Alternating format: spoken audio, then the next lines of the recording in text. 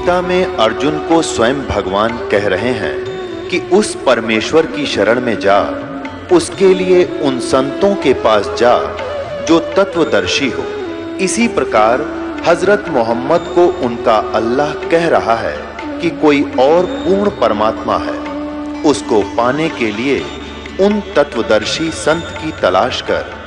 वो प्रभु कौन है, ये जानने के लिए कृपया अवश्य सुनिए जगत गुरु तत्वदर्शी संत रामपाल जी महाराज के अमृत वचन।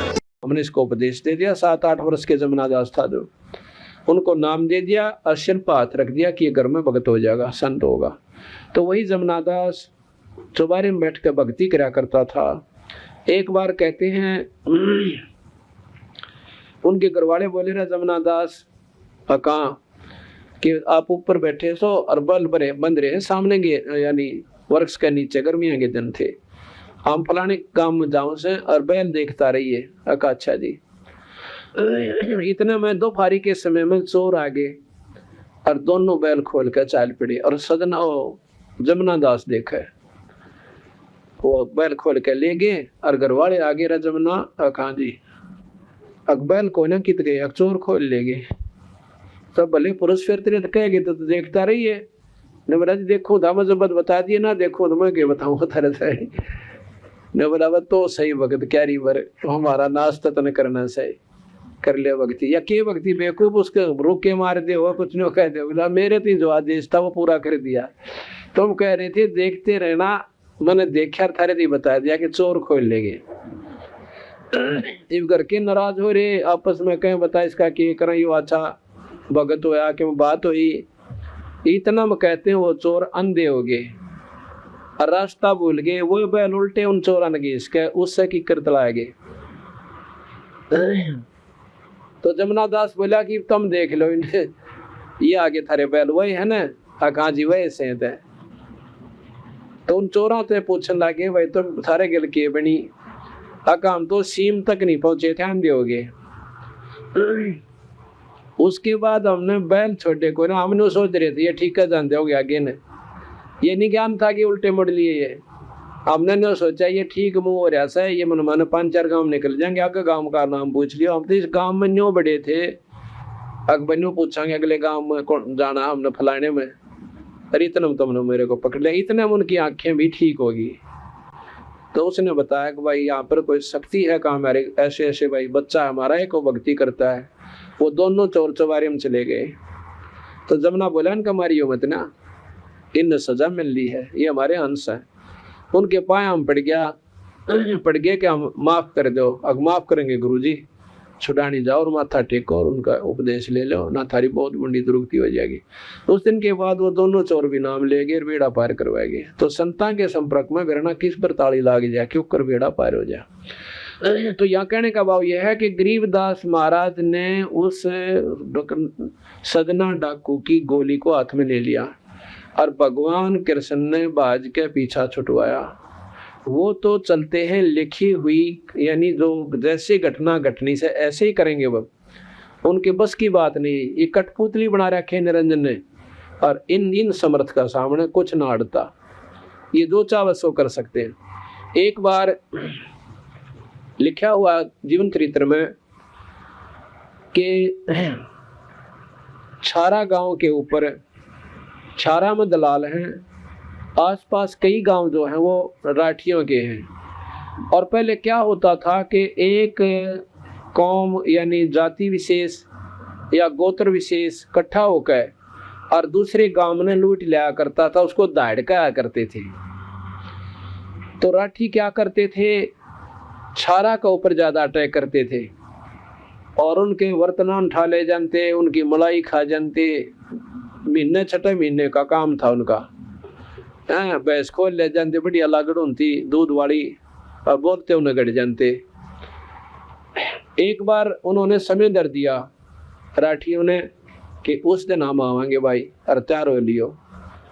अब वो गरीबदास जी की महिमा से पूर्ण रूप से परिचित थे छारा वाले। छारा गांव बहुत मानता गरीबदास जी ने, कति पूर्ण रूप से।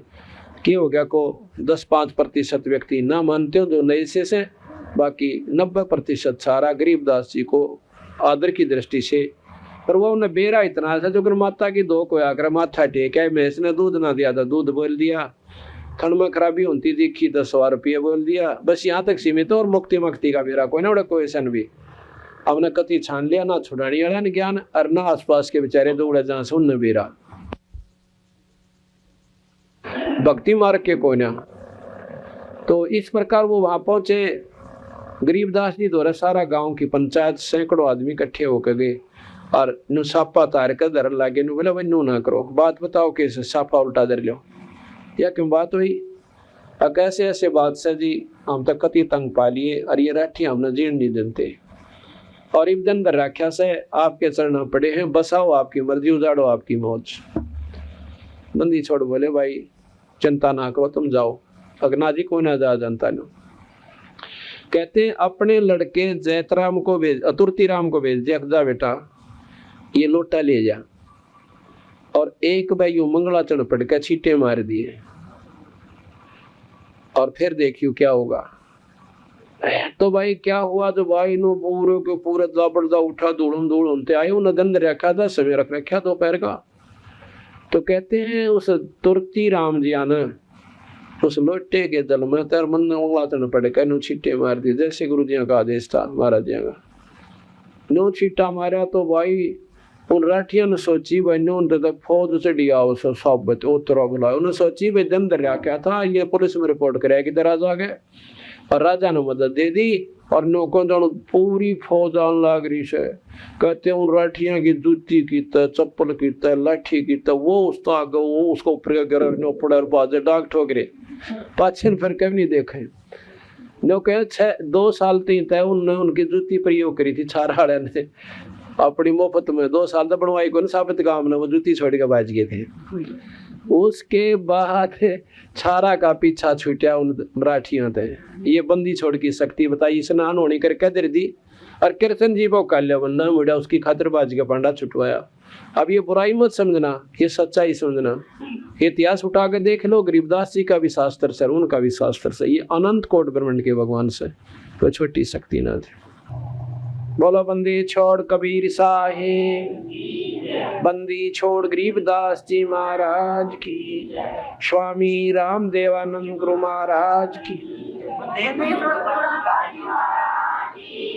सर्व संतों की, सर्व भक्तों की, धर्मी पुरुषों की, श्री छुड़ानी दान की, सत साई।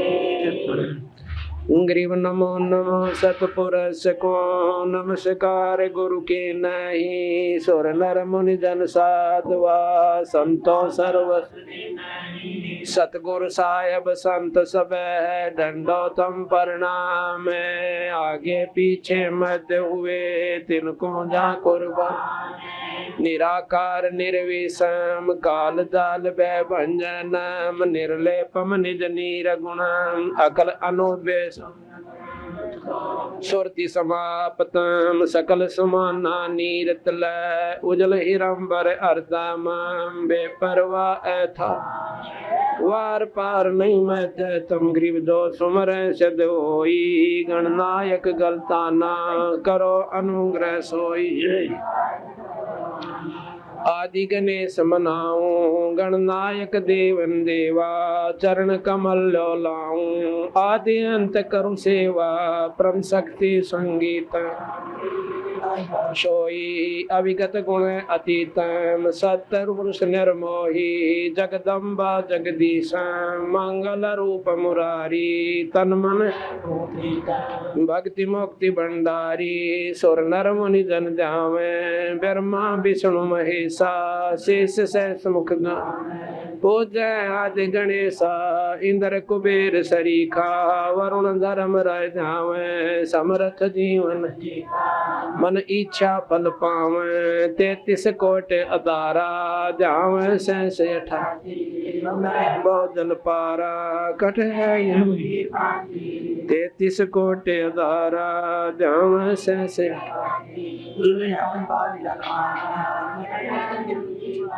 सत साही। आज दिनांक 2 जून 1999 ये बंदी छोड़ा आश्रम करो था, ये विशाल सत्संग का दूसरा दिन है।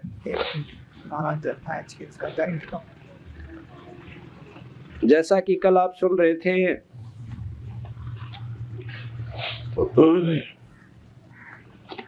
शाम के समय जो सत्संग हुआ और सुबह, उसमें सत्संग के बारे में बताया गया कि सत्संग वो भी है जिसमें हमने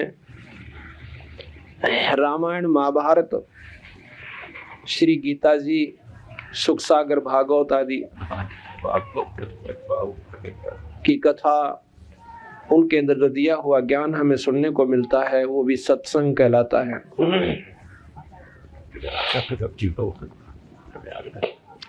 और एक सत्संग हम आपको बताएंगे जिसमें पूर्ण रूप से जानकारी दी जाएगी कि जीव कल्याण, आत्म कल्याण, जन्म मरण का दुख किस प्रकार हमारा दूर होगा, किस प्रकार आत्म कल्याण होगा। जैसा कि कल बताया था कि केवल किसी धार्मिक शास्त्र के पाठ करते रहने से जीव का कल्याण नहीं हो सकता, जन्म मरण नहीं मिट सकता। अगर वो उन सुनी हुई कथाओं को अपने ध्यान में रखता हुआ और अपने जीवन को उसके अनुसार ढाल भी लेगा, तो भी उसका जीवन सुखदायी जरूर हो जाएगा आने वाला, जब उसको मनुष्य शरीर प्राप्त होगा, यानी कष्ट कम होंगे। लेकिन लक 84 नहीं मिट सकती। जन्म मरण इस 3 लोक की भक्ति थे, चाहे वो मुसलमान साधना है और चाहे हिंदू साधना है या अन्य क्रिश्चियन साधना है, ये सिर्फ 3 लोकताएं की भक्ति है। ऐसा कबीर साहब और गरीबदास जी ने बताया। अपने नाम की भिन्नता कर रखी है। हिंदू विष्णु कहते हैं, मुसलमान उस शक्ति का नुमाइंदा मूसा जी को मानते हैं। हिंदू ब्रह्मा कहते हैं, सृष्टि के रचने वाला यानी आदि पुरुष, और वहाँ मुसलमान भाई उसको आदम कहते हैं। हम हिंदू जो हैं यहाँ पर शिव को की महिमा गाते हैं, तो वहाँ पर शिव के स्थान पर मोहम्मद साहब को ज्यादा महत्व दिया जाता है। नाम भिन्न है, शक्ति ज्यों की त्यों है। मोहम्मद साहब की उपासना सारी शिव की उपासना है। तो महाराज कहते हैं, ब्रह्मा विष्णु महेश शिव की साधना, चाहे वो किसी भाषा बदल कर, जैसे हम बैकुंठ कहते हैं हिंदू, बैकुंठ हिंदी का शब्द है, संस्कृत का। स्वर्ग हिंदी का, बैकुंठ संस्कृत का, और बैसत उर्दू का शब्द है, उसी स्वर्ग को कहते हैं। अब नाम बदल लेने से कोई फर्क नहीं पड़ता।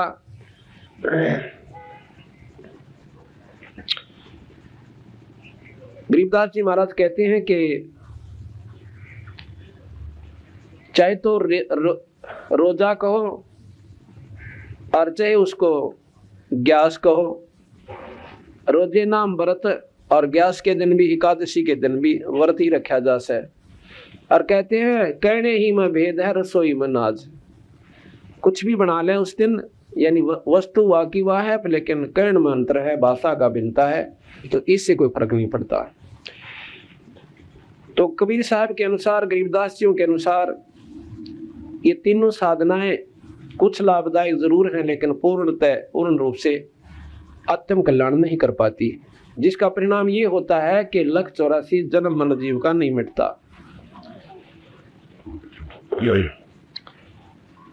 अब कई भाई कहते हैं कि मुसलमान धर्म के अंदर पुनर्जन्म को नहीं मानते। उनके ना मानने से ये घटना खत्म नहीं हो सकती, क्योंकि आज भी प्रमाण हमारे पास सैकड़ों प्रमाण हैं, जिन बच्चों ने आकर के अपने पुनर्जन्म की कथाएं सुनाई हैं, और आज भी वो मौके पर विद्वान हैं वहीं पर है। और उनमें से एक कथा हमारे पास अभी भी मेरी जेब में डली हुई है, जो कि बहुत लेटेस्ट है।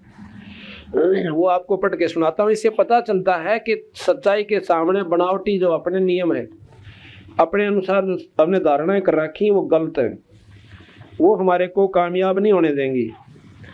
तो जिन्होंने ये बताया कि जन्म मरण बहुत जरूरी है, क्योंकि गीता जी को हम सबसे उत्तम शास्त्र मानते हैं हिंदू धर्म के अनुसार, और उसमें भगवान कृष्ण खुद कहते हैं कि ये जीवात्मा अपने पुराने शरीर ने त्याग कर और नया शरीर धारण कर लेती है। जिस प्रकार व्यक्ति पुराने वस्त्र छोड़ के हटे पुराणों को और नए धारण कर ले, कितना अंतर है।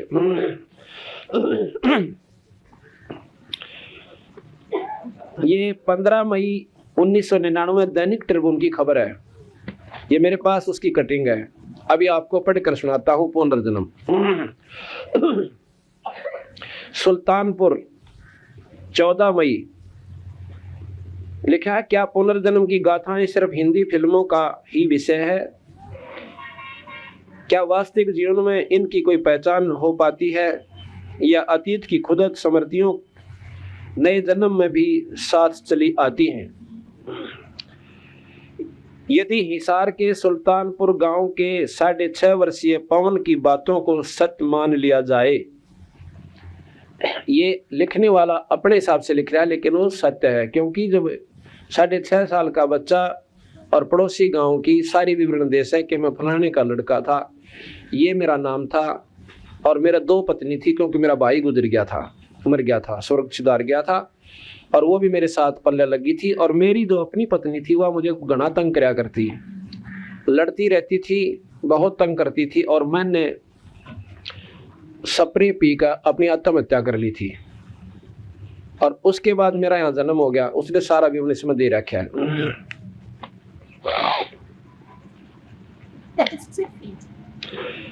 जाए तो हिंदी फिल्म सत्य मान ली जाए तो हिंदी फिल्मों की कहानी के लिए मसाला सहज ही उपलब्ध हो जाएगा। ये तो उस लेखक की अपने विचार दे रहा है वो, लेकिन सच्चाई साथ में लिख रहा है कि वो ऐसे ऐसे मेरे साथ उसके सामने बात हुई उस पवन कुमार से।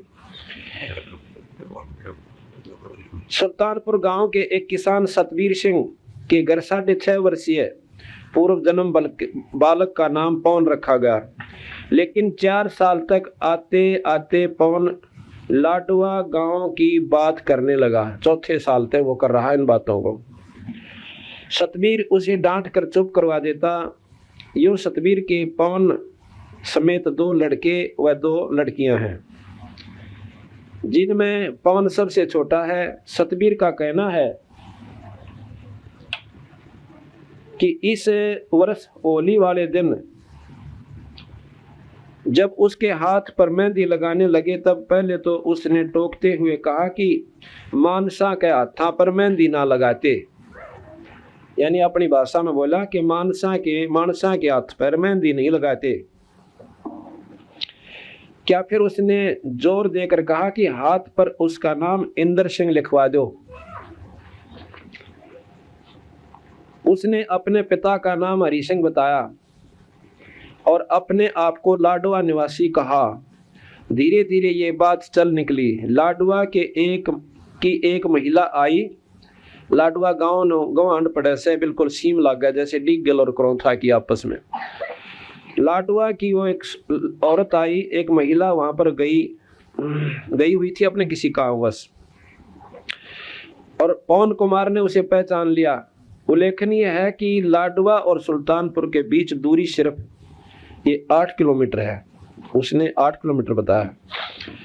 इंद्र सिंह के रूप में पवन ने बताया कि उसके 3 लड़के व 3 लड़कियां थी।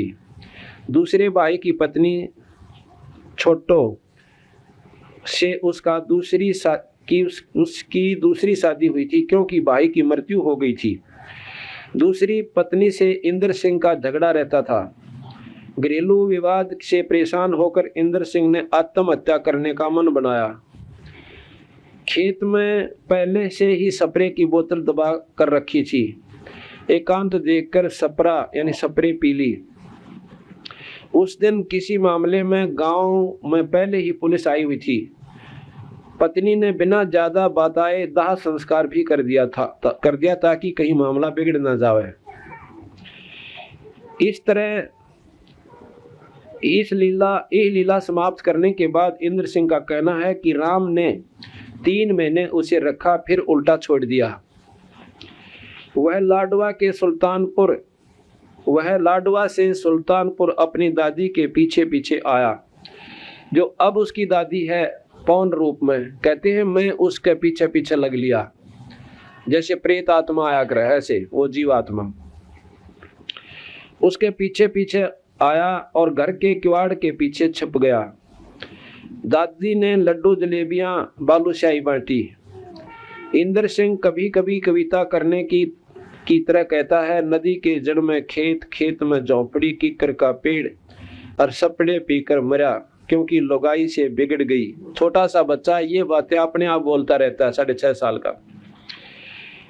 बस एक छोरी थी मेरी तरफ, वो लड़का कहता है कि बस एक छोरी थी मेरी तरफ, बाकी सब थे माँ के साथ, माँ की ओर।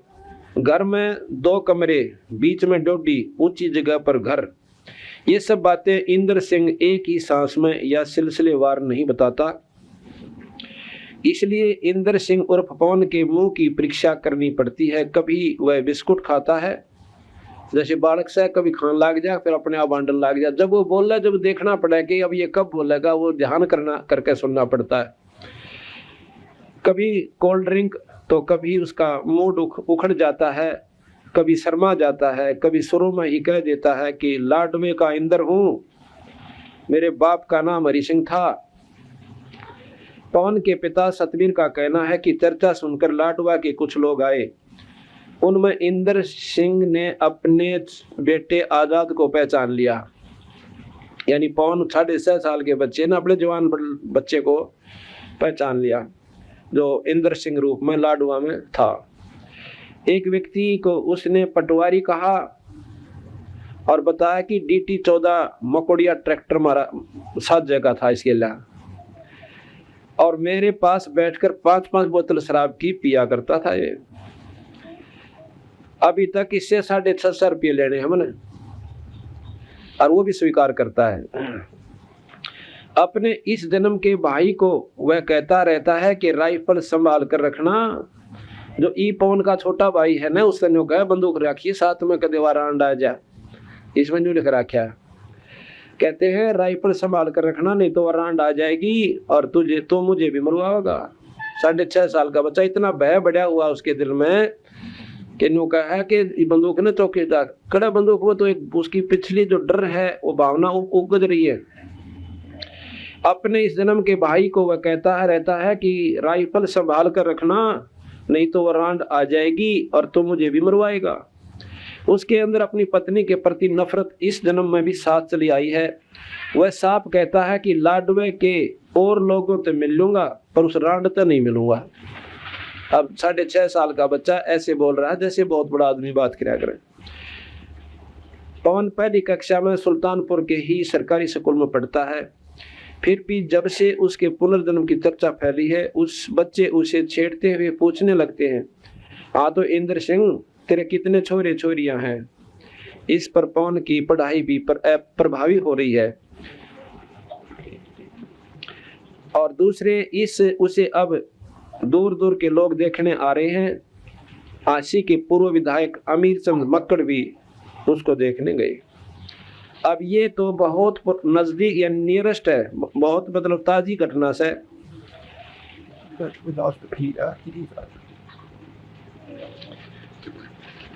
और जो भाई नौके से के पुनर्जन्म होता कोई ना, वह उनकी अज्ञानता यानी उनको ज्ञान पूरा नहीं है, इसलिए उनका ज्ञान भी अश्रेष्ठ है, सत्य से परिपूर्ण नहीं है।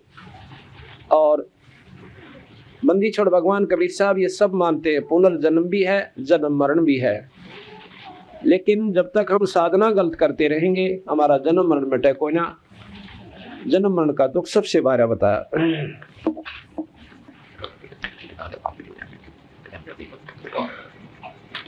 तो कहने का भाव ये है कि हमने मेरे दिमाग पर, हालांकि मैं हिंदू पद्धति का बहुत ही अच्छी तरह साधक उपासक था, वैसे तो सभी भक्तात्मा जिसने जितना ज्ञान से, जो भी जिस इष्ट धर्म पर हैं, मजहब के अंदर उत्पन्न हो रही से, अपनी साधना कोशिश करती हैं करने की। लेकिन जब ये बातें मैंने शुरू में सुनी कि राम और कृष्ण से ऊपर बहुत बड़ी प्रबल शक्ति है, शक्तियां ये भी हैं, नकारा नहीं किया बंदी छोड़ने। यह एक बात मुझे खास पसंद आई इनकी कि इन्होंने न्यों नहीं कहा कि ये कुछ भी कोई ना, लेकिन जितनी तीन लोक के शास्त्र, गीता जी, भागवत, रामायण, महाभारत और वेद जो उन्होंने लिखा, कबीर साहब उनको कति सत्य मानते हैं कि ये बिल्कुल सही है। और क्योंकि उसमें जन्म मरण नहीं मिटता, ये दुख भार्यास है, तो फिर चेष्टा हुई क्या ऐसा भी कोई शास्त्र है, ऐसी भी कोई दवाई है जिससे जन्म मरण भी मिट जाए। तो चलो ये शास्त्र अनुसार, इनके अनुसार तो हम साधना कर ही रहे हैं, और साथ में विवेक होया कि आज में हम हिंदू हैं और मेरा शरीर छूट जा, पुनर्जन्म होना ही होना है। हम मुसलमान के घर भी जन्म ले सकते हैं, क्योंकि उस परम पिता के घर पर जात पात मजहब नहीं है। ये तो हमारी बनाई हुई से, जो हमारे संस्कार का कोई ऐसा व्यक्ति मुसलमान धर्म में जन्म हो रहा है तो हमने वही जन्म लेना पड़ेगा, अपना अदला बदला खेलन ताई। और यहाँ कोई आपस में हम खुशी में ना इकट्ठे हो रहे, कोई लेने आ रहा है, कोई देने आया हुआ है, कोई कर्जा किसी के सिर पे है तो ईब अपने पूरे कर जाएगा। महाराज कहते हैं एक लेवा एक देवा दूतम, और कोई काहू का पिता नहीं पोतम, ये ऋण संबंधी जुड़ा एक ठाठा, अंत समय सब बारा बाटा। एक बार कहते हैं दो भाई थे, जो बड़ा भाई था वो काफी आयु का हो रहा था, यानी 30-35 वर्ष का, और 25 वर्ष के आसपास की आयु थी। और दूसरे उसके पिता ने दूसरी शादी करवा ली थी, वो पत्नी बच्चे बचपन में ही मर गई थी उसकी। तो दूसरी शादी जब करवाई तो दूसरी औरत से, यानी उस बड़े भाई की मौसी से एक लड़का फिर उत्पन्न हुआ 10-12 वर्ष के बाद, यानी उन आपस में काफी भिन्नता थी आयु की। और अच्छी जमीन थी, बढ़िया काम था, बड़े भाई की शादी हो चुकी थी। एक बार क्या हुआ कि वो छोटा भाई जो था बीमार हो जाता है, मौसी वाला लड़का बीमार हो गया, तो काफी इलाज लूज की भी कोशिश की। आप अंत में दोनों पति पत्नी यानी भाई भाभी उस छोटे भाई की बतलाने लगे आपस में, कहने लगे कितने पैसे ला दिया हमने, यो ठीक भी ना होता। और फिर विचार आया कि क्यों ना इसकी टिकट कटवा जा, डॉक्टर ने कह के और इसको जहर का सुआ लवा दे। किसने बेरा पाटा है, कौन जाने इन बात ने, सोचे तो भाई बीमार था मर गया, कट्टे रहन टंटा मिटा, रोज बादशाह बोलने हमारे को देखा जनता। अब यह बात उसने भी स्वीकार कर ली, एक दो बार नाटा आगे सा जुल्म कराया करें, उसने रोज कह देना एक दो बार, और वो जहर दोष है वो बात का अंतःकरण में जरूर जमा हो जासे। एक बार नाट्या, दो बार नाट्या, तीसरी बार उसने भी स्वीकार कर लिया कि यह बात तो ठीक कैसे, और सारी जमीन अपने रह जाएगी, किसने बेरा पाटा है। कहते हैं उसने बतला के एक डॉक्टर से ने बोला भाई तो एक काम कर देना, इसने जहर का सुआ ला जा, भी दुखी हो रहे से और ये भी तंग पा रहा से। ने बोला भाई 500 रुपये लूंगा। उसमें 500 रुपये तो 50,000 बराबर थे आज के चांदी के रुपये। उन्हें सोची टंटा बेटा है और सारी उम्र अपनी जमीन 15-16 किले इसका बांटा हुआ, यानी अच्छी जदा थी। एक उदाहरण समझो, ये सत्य यथार्थ है।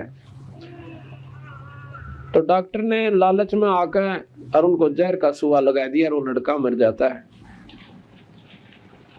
अब क्या हुआ, उस भाई के पहले संतान भी नहीं थी, भाई शादी ने भी 8-7 साल हो गए थे।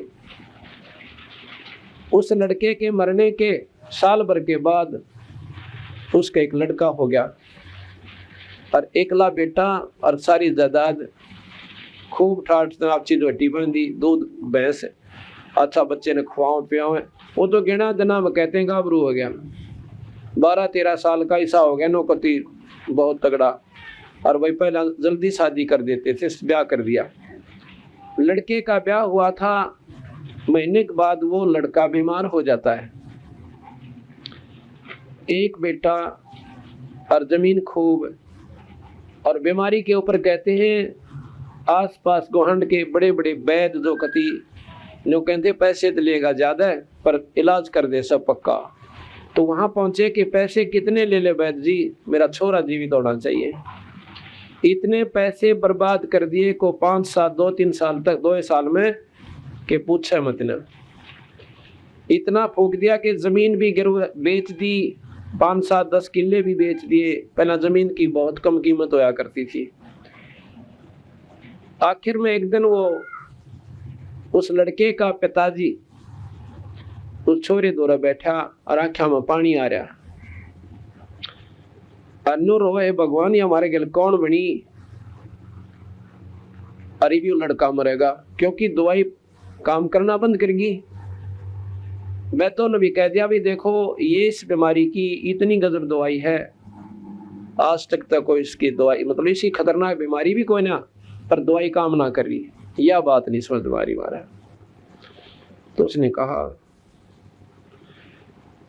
अब विचार कर रहा था कि अब इसका अंत समय है फिर और तो कोई बात को ना दिखती। उस समय वो लड़का सामने बैठे हुए अपने पिता को कहता है भैया जी, अब भाई कहा और उसकी आवाज ऐसी आई जैसे इसका भाई मरा था। वो न्योकी ने आवाज आई तो वो एकदम चौकन्ना हुआ कि भाई की आवाज कहां से आएगी। वो फिर बोला भैया, जब देखा कि लड़का बोला है ने बोला ना बेटा मैं तेरा बाप सू। तक छोड़ बावड़ा के दे इन बातों में कौन किसका बाप और कौन किसका बेटा, यहाँ पे मैं तेरा भाई हूं और वो हूं जिसने जहर देकर मरवाया था। तूने मुझे जहर देकर मरवाया था और आज मैं वो अपना बदला लेने खातिर तेरे जन्म लिया। और ये भी इतने पैसे बाकी रह रहे लाकड़ियां के और कफन के अपना हिसाब चुकता हो जाएगा और कर ले इकट्ठे पहले आध घंटे में मैं शरीर छोड़ जाऊंगा। उसका आए पसीने। अब नो तो मेरा पाट गया कि तेरे कर्म का फर्ज है भाई। और लड़का को ना जवान बच्चा हो गया और बच्चे होना कोडा मेट हो है यानी वंश नष्ट, और जो कुकर्म किया था वो सामने प्रकट हो गया। अब वो विवेक से काम लेता है। ने बोला भैया बात बिल्कुल ठीक से तेरी, भाई मैं नीच आत्मा था और अपने स्वार्थवश होकर मैंने आपको मरवा दिया। भाई मैं तो अपने कर्म का दंड भोग लूंगा क्योंकि जिसका जवान बेटा मर जाए उसका पीछे रह भी किया जा सकता जैसे समाज मानता है। और दूसरी बात यह है भाई एक बात बता दे मुझे, जो तेरी पत्नी है इसने क्या खोट कर दिया। अब क्या है कि यह जीवित फूकी जाएगी। पहले सती प्रथा थी, सती प्रथा थी कि पति मर जावे उसकी गेला उसने सती होना पड़े। इस बेचारी का क्या कसूर है जिसने अब जलना पड़ेगा जिंदगी। इससे बड़ा दुख इसके लिए और क्यों हो सका है। जो बोला इसकी भी बता दूं, हाँ किसकी बता दे कि जो ये डॉक्टर था ना वो वैद्य कहाँ से है। को तो तेरे मरने के बाद महीने 2 महीने बाद हार्ट अटैक होकर मर गया था। अच्छा तो वही डॉक्टर जो है ये मेरी पत्नी बनकर ऐसा है और अपने किएगा डंडी भोगेगा, जिंदा जलेगा डांगरी भी हो। जब तक स्वार्थ में आकर और देखा कोई ना आगा पीछा कि तू के जुल्म करने जा रहा है। वो बच्चे भी रह गए थे, जायदाद भी छोड़ आया था और अब जीवित जलेगा। तो इसलिए महाराज कहते हैं एक लेवा एक देवा दूतम कोई काहू का पिता नहीं पूतम। ये ऋण संबंधी जुड़ा एक ठाठा, ये मौजूरी से अपने ऋण यानी लेन देन और अंश में सब 12 बाटा। आज मेरा शरीर छूट जाओ मेरे बच्चे कहाँ रहेंगे और कहाँ मेरी जायदाद रहेगी। मैं तो होया 12 बाट और नंबर इन बालकों का भी 10 साल पाछा आ जाएगा, 15 साल पाछा आ जाएगा। यानी यहाँ कोई नहीं रहे और आगे बेराना किस रूप में संपर्क हो वह कुत्ते बने मैं गधा बनो, 12 बाट आप हो गए। तो कहते हैं इस प्रकार इन बातों का जो हमें ज्ञान होता है इसको भी सत्संग कहते हैं। तो कबीर साहब का असली उद्देश्य कहने का ये है कि भाई जो साधना तुम कर रहे हो ये तो अपने अदले बदले तक सीमित है। किए हुए कर्म का दंड प्राणी भोगता रहेगा और शुभ कर्म का फल भी भोगता रहेगा। पर भाई ना 84 मिटे और ना जन्म मरण मिटे, और ये सबसे बड़ा दुख। तो हमने यह चेष्टा बढ़ी कि भी ऐसी कौन सी बात पाओगी जो कबीर साहब बताना चाहो से, कोई बात तो होगी जब इतना ठोक के ये कह रहे थे कि इनसे ऊपर और शक्ति है जो जन्म मरण में मिटा सकती है। और सबसे बड़ा दुख यहाँ पर जन्म और मरण का है।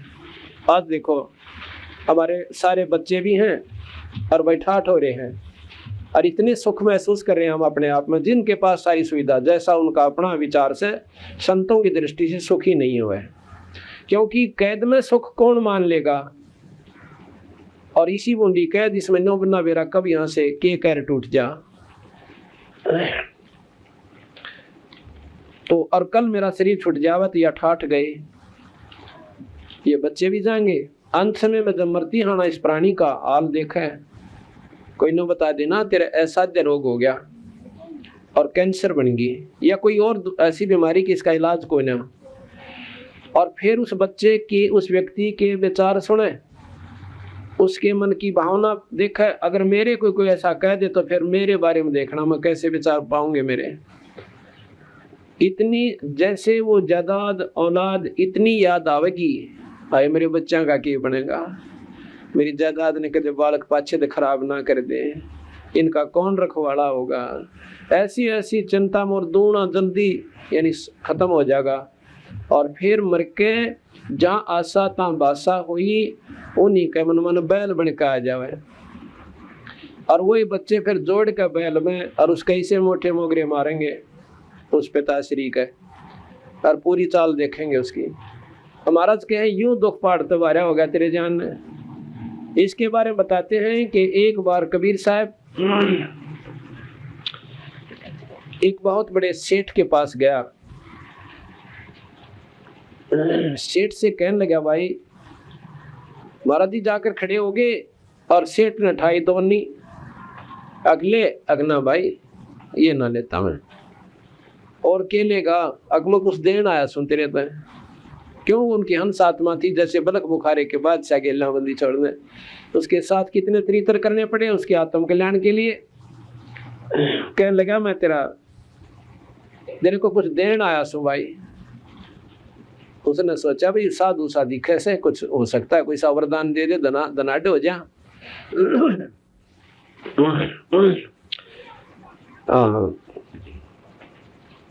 सेठ ने एक जमींदार था, गलत कह गया हूँ, एक जमींदार के पास गया और कहने लगा, कौन है भाई तू? मैं ऐसे ऐसे संत सु भाई, क्या आ जाता है, रोटी खा ले। क्योंकि आदर सत्कार खूब किया, रोटी खा ली, महाराज ने पानी पी लिया। अब भोजन पा लिया तो फर्ज बनता था महाराज का कि इसने थोड़ी बहुत समझा दो भगवान के बारे में। कहने लगा, भाई आजा भगत जी बैठ जा मेरे पास। आके बैठ गया जी कि भगवान का नाम लिया करो, ये 2 दिन का जीवन से सदा जग में ना रहना, और परमात्मा के नाम बिना अगले जन्म में बैल बन जावांगे, न्यो हो जावांगे, फलान हो जाएगा। काफी समझाया।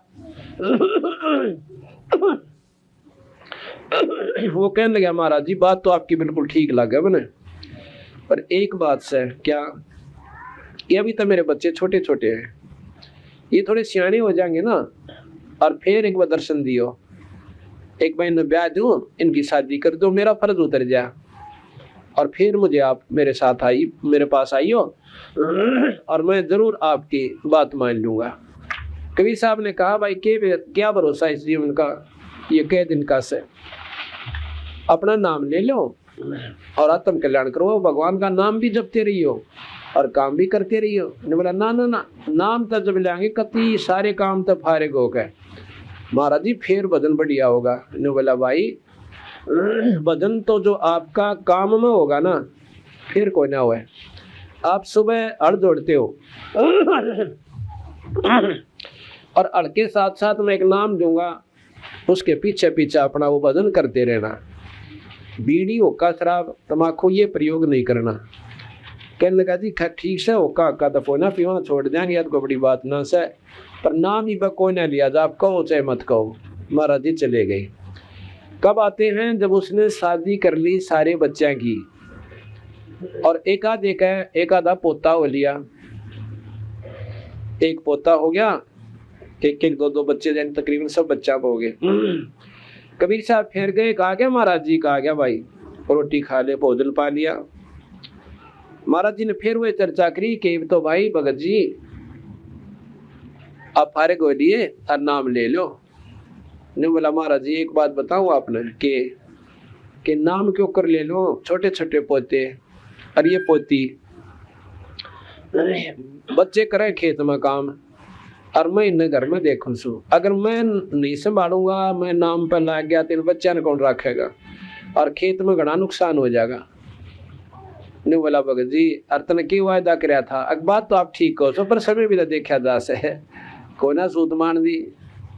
ने बोला भाई 2 दिन का जीवन है, शरीर छूट जाएगा, फिर अनमैटी होगी। अगना महाराज जी देखो फिर मिलियो कभी आ करके।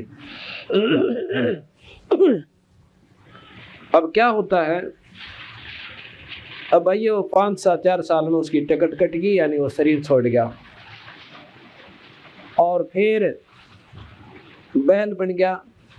महाराज जी आए 10 साल के बाद, उसने आके पूछा भाई वो औरतें भाई घर में, कहा थारा वो कहाँ गए ससुर जी? महाराज जी उन्हें तो 3-4 साल हो गए, वो तो देहांत हो गया उनका। मर गया, कहाँ मर गया? तो महाराज जी ने तो ज्ञान था ही सारा, तो कहने लगे देखा को तो भाई बैल बन के और उन बेटियां का लाग रहा से खिंचाई करन। खेत में पहुंचे, जाके उन्हें रुकवा लिया। महात्मा ने वो बालक भी जाने थे महाराज जी को, आज महाराज जी बड़े दर्शन दिया, आज बैठ जाओ। बैठ गया भाई ने बोला भाई एक बार इस तरह बैल तो बतला लूँ 2 बात, इससे के बतलाओगे? बताऊंगा, फिर बताऊंगा, इससे के बतलाऊंगा। तो उसके कान में जाके कहने लगा सुना चौधरी साहब के हाल से, वो नो कान ठाए उसने। महाराज जी की शक्ति ने झोटा बुला दिया कबीर साहब ने। कहने लगा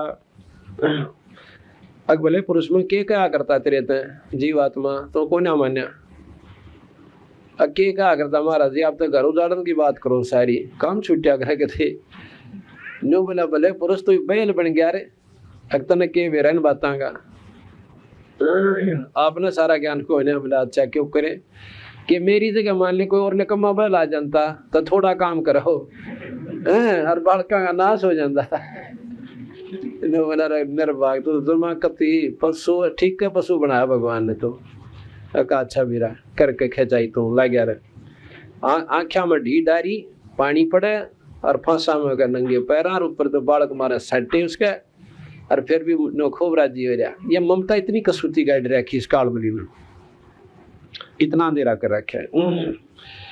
उसके बाद बताते हैं वो बैल भी शरीर छोड़ गया और फिर वो सर्प बन गया और कितो 200-400 रुपये दाब के साल में दबा रखे थे, यानी मकान के बीच में। वहां पहुंचा सांप, क्यों सांप उन्हें ढूंढता है डरने का, पैसे के ऊपर आता है सर्प। औरता ने उसके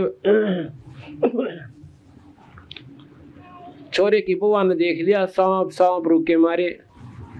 वो बालक आके लड़किया ने और लाठी लाए और बाजते बाजते को मोरी में निकल लगे, 1-2 लाठी लाएगी और वह सांकड़ी गई टूट, वो तो उसकी आडी हुआ कर माड़ी माड़ी हुआ अच्छी छितगी और वह तड़फन लाग रहा कुआ पाछे तल्ला कुआ आगे थे और मोरी तो बाहर निकल गया पड़ा, दूर सी जाके निकल गया जहाँ वो दिखाई ना दे सके। तो कबीर साहब वहां जाकर कहने लगे सुना भाई चौधरी साहब ई बोल के सलाह से तेरी। ने बोला महाराज जी तो जमाने कम में बालक से मेरी एक नहीं सुनते, मैं गया था धन बताने तो मेरे पीछे पड़ दिए। बोले ईब के सलाह है आगे मेरा पीछा छटवा दो। तो कहते हैं समझ मत आई पर सांकड़ी तड़ुआ का आई तरह, यहाँ की कहावत सी है कि मान्या था पर बेटी के बाप है हाड तड़ुआ का मान्या। तो कहते हैं फिर उसका सर्वजूनी छुटवा के उस आत्मा को फिर दोबारा जन्म दिया और फिर उसकी भक्ति का अधिकारी बना के जब उसका छुटकारा करवाएंगे। तो इन बातों को चाहे उदाहरण समझ लो, चाहे सच्चाई से नो की नो, इन चाहे कितने बढ़ा लो कहीं पर लगा लो, पर बात सत्य है और इसी का प्रमाण से भी शास्त्र भी दे हैं। तो महाराज कहते हैं मेरी शरण में आने के बाद ये जीव आत्मा पुनर्जन्म को नहीं प्राप्त होगी। अगर पुनर्जन्म होगा तो मनुष्य का होगा। मानव शरीर स्त्री या पुरुष दोनों को मानव शरीर कहते हैं। अंग्रेजी में इसको ह्यूमन बॉडी कहते हैं। और इसमें बताया है कि आप बेशक आके हमारी शरण में आके देख लो। कहते हैं मासा घटे न तिल बढ़े बिद ना लिखे जो लेख, और साचा सतगुरु मेट के भाई ऊपर मारे मेघ। जैसे कल मैंने बताया था अहिल्या को रामचंद्र जियों की पैरों की धूल लगने से वो दोबारा स्त्री रूप मिल गया। ऐसा क्यों? क्योंकि ये पहले कहा गया था, ये होना था। ये तो गौतम ऋषि जी ने पहले ही कह दिया था कि त्रेता युग में भगवान विष्णु रामचंद्र का अवतार बना कर जाएंगे और उनके पैरों की धूल लगेगी तो दोबारा वो स्त्री रूप में आ जाएगी। ये लिखी हुई थी, ये विधाता का लेख था, इसको कोई नहीं मिट सके। फिर बताते हैं कि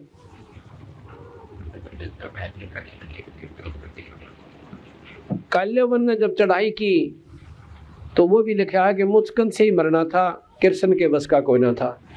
इससे सिद्ध होया कि ये तो कठपुतली बने बीच में, भगवान तो विधाता कोई और है जिसने जो लिख दिया वो मिट नहीं सकते, ये नहीं मिटा सकते उसको। और यहाँ का विधाता है ज्योति निरंजन, वेद उसे ब्रह्म कहा और निराकार शक्ति बतावें। और मुसलमान भाइयों की जो कतेब हैं वो चारों कतेब उसको बेचून कहती हैं। बेचून जो दिखाई ना दे, निराकार शक्ति जो आकार में न आवे। कबीर साहब ने कहा कि ढूंढत ढूंढत मुसलमान संतों ने कोशिश की, दिखाई ना दिया, जब हार के कह दिया वो बेचून है, बेच गुण है, निर्गुण है, उसमें वो आकार में नहीं आ सकता। तो निराकार शक्ति यहाँ का विधाता 21 ब्रह्मांड का जो मालिक है वो ज्योत निरंजन भगवान है। और यही का वो विधाता है, उसके लिखे हुए लेख को कोई नहीं मिटा सकता। कोई का तात्पर्य जो उसके अंतर्गत शक्तियां ब्रह्मा विष्णु महेश आदि माया शेरा वाली और बाकी देव देवता तो बहुत छोटी शक्तियां होगी, उनके तो बस का कोई ना किसी अंक ने वो मिटा दे। जैसा कि आपको कल भी बताया था कि भगवान राम से ना तो अपने लेख मिटे कि बाली को मारा था त्रेता युग में, द्वापर में कृष्ण जी बनकर उसका ज्यों का तो बदला देना पड़ा, और ना ही नारद जी द्वारा दिया हुआ श्राप मिटा, उस श्राप का भोग भी उसने भोगना पड़ा, उसके अनुसार आना पड़ा। इससे सिद्ध होता है कि कोई लेखक शक्ति डायरेक्टर या इस फिल्मों का और है, ये तो एक एक्टर समझो।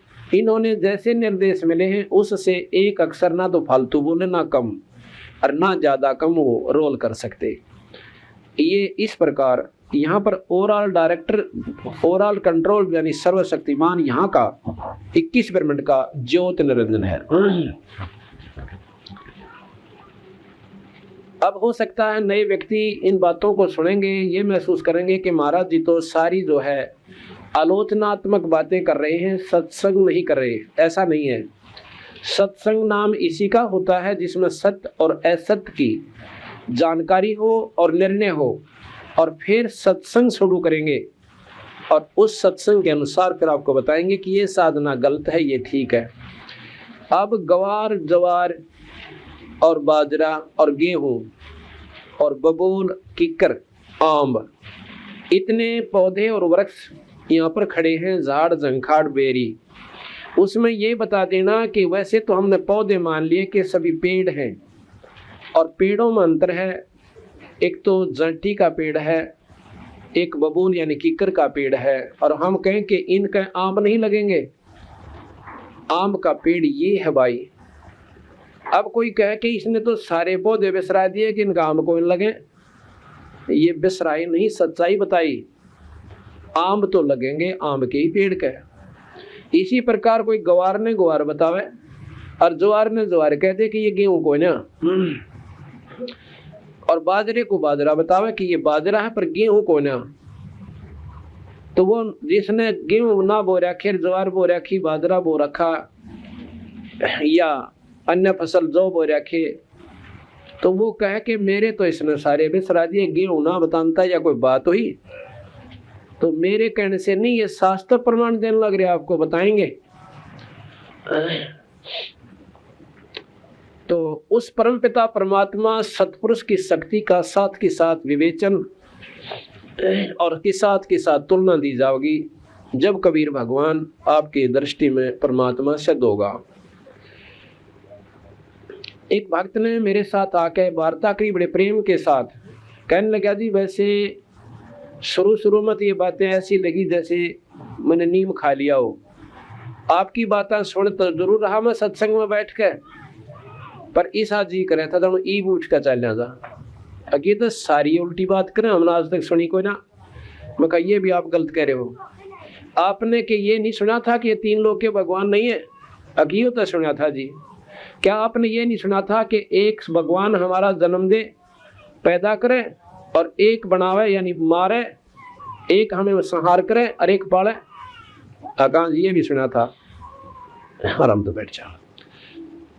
ये भी सुना था। फिर भाई गलत क्यों बता दिया आपने? ये भी सुना गीता जी में, मैं अभी गीता जी का विवेचन शुरू करूंगा।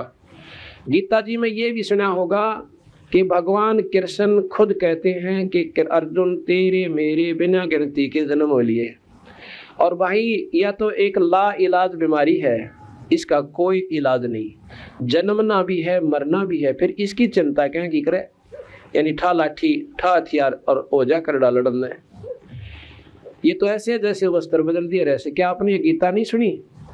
अब ये भी सुना। फिर बताओ मैंने गलत कौन सा बता दिया? एक बता दिया। आप कहते हो कि इनसे ऊपर और शक्ति है, या समझ में ना आई या और समझ ले। जब ये तीन लोग के परमात्मा है और हम भी तीन लोग के कहें, इनको कति नकारा नहीं किया। और ये तो लोग तो और भी गणेश है ने बोला जी, उसमें लिख रखा है गीता जी में, भगवान कृष्ण कहते हैं कि मैं ही सर्व लोकों का मालिक हूँ। तो उसमें भाई कृष्ण जी को ना बोलते, वो निरंजन बोल जाए उसमें। जो बोला जी अभी क्यों बात हुई, वो को भूत थोड़ा सा उसमें बढ़ जा। जब भले पुरुष एक भूत बढ़ सके दूसरे में, तो निरंजन में बढ़ती आना के देर लगेगी। भूत के तुम नदी कैसे अगना जी, और वो दूसरी आत्मा माग अपनी पूरी खेल से खेल है। अपना दिया क्यों कर मान ले कि निरंजन उसमें दूसरे के शरीर में आ जाए और अपनी बात अपनी प्रभुता जता दे। अकिया है पक्की, या मैं आपको बताऊंगा। ऐसा तो हमने कोई नहीं सुना कि एक जीवात्मा दूसरे माग अधिकार जमा ले शरीर में। हमने बताया कि ये तो हजारों प्रमाण हमारे दौरे हैं। एक जीव एक शरीर में दूसरी आत्मा प्रवेश करके अपनी बातें बोला है। न फलाने की बहू थी, मैं उड़ा मरी थी, मेरा न्योना होया एक्सीडेंट में, और फिर वो जब उसमें गोली हो जाए वो आत्मा दोबारा चेतन होकर फिर अपनी बात बताओ से। और उसमें बेरा भी ना होता मेरे साथ बीत्या के था। परंतु भाई ना तो जिसने पूर्ण ज्ञान हो वो तो 8 तला लेगा, बुद्धि ना कहीं सरकन दे, कुछ इष्टवादिता सतावे हमने। आज हम हिंदू हैं और भगवान राम और कृष्ण के तगड़े उपासक हैं, कोई बात ना, बहुत अच्छी बात है। और कल मुसलमान बन गए तो एक बार राम नाम कह के दिखाइए वहां जाके। वो तो कहते हैं मुसलमान भाई कि मरने के बाद राम नाम बोलना है, पहले नहीं बोलना। कोई मर जाता है ना, उसके बाद कहते हैं राम नाम सत्य है और सत्य बोलो गत है। ये मुसलमान भाई भी बोलते हैं। एक बार क्या हुआ, पीपा जी एक बहुत बड़ा राजा था, राजस्थान का नवाब था, आत्म कल्याण का बेरा पट गया और भक्ति करने लग गया। एक दिन वो चला जावा था राजपाट छोड़ के और भक्ति में बड़ा आरूढ़ हो गया था। काफी वर्षों भक्ति करते हुए एक शहर में जा था और जाकर के एक तेली के घर में, मुसलमान तेली था, उसमें जाके कहा कि माई राम राम भोजन दे। और भाई मुसलमान घर में राम राम ऐसा कह दिया, इसी गोली मार दी। न बोले ओ बाप संत जी मुंह संभाल कर बात कर, खबरदार दे राम कह दिया तो तेरा वो करवा दूंगी, न्यू करवा दूंगी। मरने के बाद राम राम बोलते हैं अगमाई मन ना बेरा था, तने सारा बेरा था, तूने जानबूझ के करा है, अभी पलाती हूँ ये करती। तो तेलन बोली तेरा कौन इसम, गरीबदास जी महाराज ने लिखा अपनी वाणी में, पीपा बोले तेरा मरियो खसम। इतना कहते हैं कि तेली जो है बैल की खातर न्यार रोड़ा था, उड़े लुढ़क गया। तो उसने देखा ना उन तेली के कास आसमान में पैर मुँह रहा बा, इबला गेरू के मारण आए मरगी पति मर गया, इकट्ठे हो गए दुनिया। अब ले इकट्ठे सारे हो गए न, बोले लाओ किताब और बोलो हक्का राम, के ई भाई राम नाम बोलो। कहते बोला राम नाम सारा कुटुम्ब, और बही रांड छिन्न में ऐसी हुरम्ब। इतनी सुंदर जवान लड़की और एक अक्षर में रांड हो गई, यानी उसका पति मर गया। अरीब सारे राम राम बोले। और बिप्पा जी फिर आगे अकबोल मालनी इब्राजी होकर बोले राम राम। इब कह ले तो मेरे पाछे बोल जाकर ना किसी प्रकार से ले लो भगवान का नाम।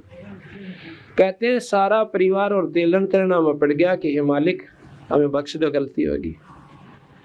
कहते हैं इतनी मैं एक चुटकी मारी थी और तेली जीवित कर दिया। तो सारा परिवार नाम ले लिया, उस मतलब अपने शरण में आ गए, वह भगवान का भजन करने लगे। फिर उनको बताया कोई मजहब नहीं, कोई जात नहीं, परमात्मा बिना गुजारा कोई ना। तो इस प्रकार हम दूसरे मजहब में पैदा हो जाएंगे तो हम राम नाम नहीं ले पाएंगे। और आज राम नाम की थोड़ी सी भी अवहेलना हम सुन कबीरा जी को ना, राम नाम का हमें ज्ञान भी नहीं। राम कहते किसे, हमने तो एक रामचंद्र जी को राम मान रखा है, यहाँ तक बुद्धि सीमित होगी। सतयुग में भी तो राम नाम का जाप था, वो राम न्यारा सबाई। वो कैसा राम है, राम किसे कहते हैं? राम एक शक्ति का नाम है, जैसे गॉड इज द पावर, शक्ति का नाम परमात्मा है, जिसमें जितनी शक्ति उतना ही राम है। जिस प्रकार साहेब